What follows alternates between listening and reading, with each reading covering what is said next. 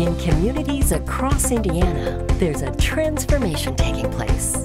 Students are learning by doing, tackling real-world problems with seasoned faculty mentors, preparing for meaningful careers in industry as entrepreneurs, leaders, and makers.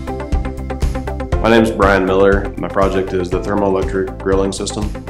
I always wanted a pellet grill, and we had the senior design project coming up, and so I decided to pursue the pellet grill.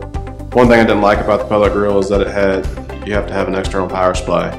So I wanted to come up with a design that you could have an internal power supply, which require a temperature differential, so we have a hot and a cold side, and the heat is generated from the grill and the cooling is generated from the cooling system on board. And the greater temperature differential you create, the more power you produce to store in your charging system. Purdue Polytechnic helped in the fact that every class, or most classes, contributed to something in this design.